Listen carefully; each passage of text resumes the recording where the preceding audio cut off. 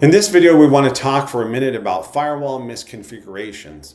A firewall that's correctly placed in the network architecture, but configured with poor rules, provides false confidence. It looks like a control, but it really doesn't do anything. These are the patterns that appear most frequently in OT security assessments and in post-incident analysis, often described as the firewall was present, but ineffective. As we alluded to in the last video, the most damaging single firewall misconfiguration is an allow any rule, which permits all traffic from any source to any destination on any port. This rule completely bypasses the firewall for any traffic that reaches it. It's the equivalent of a checkpoint with no guards. The barrier exists physically, but nothing is checked.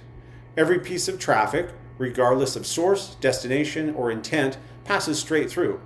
How does it end up in the OT firewalls? Almost always the same way. Someone is troubleshooting a communication failure and suspects the firewall might be blocking legitimate traffic. Rather than reading the logs to identify which specific rule is causing the block, they add an allow any rule to confirm whether the firewall is the problem. The communication works, the rule stays in place. 2 years later, an audit finds it. As covered last video, every rule needs a documented business reason. Allow any never has one. It has no justification unless you can name exactly what it was permitting that a more specific rule couldn't handle.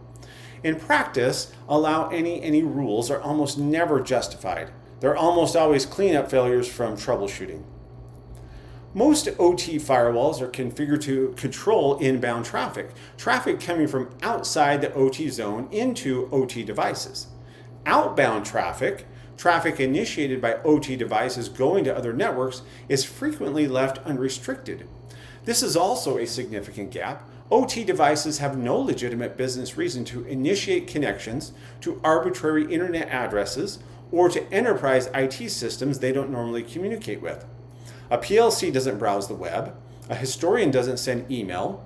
If an OT device is initiating connections to destinations it has never communicated with before, something is wrong. When malware establishes a presence on an OT device, one of the first things it typically tries to do is phone home or establish an outbound communication to an attacker-controlled server for command and control, or it attempts to exfiltrate data. If outbound traffic from OT is unrestricted, this communication goes through without any firewall challenge. Applying the principle of least connectivity to outbound traffic means specifying exactly which OT devices are permitted to communicate with which external destinations, on which ports, and blocking everything else. An OT historian that legitimately pushes data to a cloud analytics platform should have a specific permit rule for that exact path. Everything else the historian tries to initiate outbound should get blocked. Vendor remote access is a necessity in modern OT operations. Equipment manufacturers need to diagnose problems, apply patches, and provide support remotely. The question isn't whether to allow it, the question is how. A vendor with an always-on VPN connection to your OT network represents a persistent 24-hour attack path. The vendor's network is not under your control. If the vendor's own network is compromised through a separate, unrelated attack on the vendor, the attacker operating from inside the vendor's network can use the always-on VPN to reach your OT environment.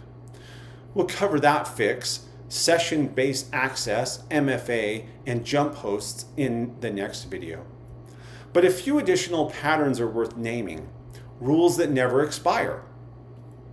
Temporary rules that someone has added for specific maintenance activities intended to be removed afterward. They remain in place indefinitely. Every temporary rule should have a planned removal date and a process for enforcing it. Firewall rules that apply to the wrong interface. A deny rule on an interface facing the wrong direction, or a permit rule that was accidentally applied inbound rather than outbound. These are configuration errors that may look correct in documentation, but don't have the intended effect in practice. Testing firewall rules by attempting the connection they're supposed to block from a test device in a controlled environment confirms they work as intended, and you should make sure you do it. A firewall that blocks traffic but doesn't log what it blocked provides access control without visibility. You know the firewall is doing something, but you have no record of what threats were stopped and no way to investigate anomalies. Enable logging on all rules. We will cover logging in depth in the next video. So in the next video, we'll cover secure remote access in detail, VPNs, jump hosts, and why direct RDP from the internet to any OT device is one of the most exploited attack vectors in the industry.